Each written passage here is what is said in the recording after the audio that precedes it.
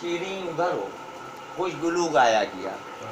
नगमे शीरीं क्या शायर है? नगमे शीरीं उधर हो, कुछ गुलू गाया किया, मैं इधर मिज़राबे गम से सादे दिल छेड़ा किया। क्या कहने, कितनी कैफावर न्याज़ो नाज की थी शौकियाँ, वो मनाते ही रहे और तिफले दिल मचला दिया। क्या बात, कितनी कैफावर न्याज़ो नाज की थी शौकियाँ, वो मनाते ही रहे और तिफले दिल मचला किया।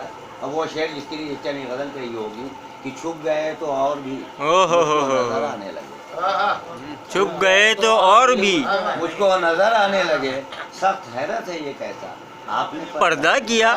क्या पर्दा किया भाई, मुझको नजर आने लगे। सख्त हैरत है ये कैसा आपने पर्दा किया।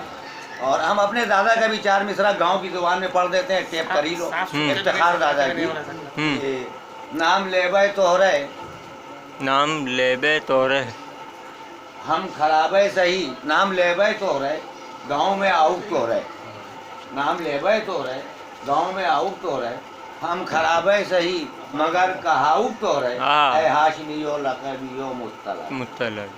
ये गांव की जुबान में इफ्तिखार दादा ने नात लिखी थी, जो मुकीम भाई ने हमें सुनाई है, लिखवाई है।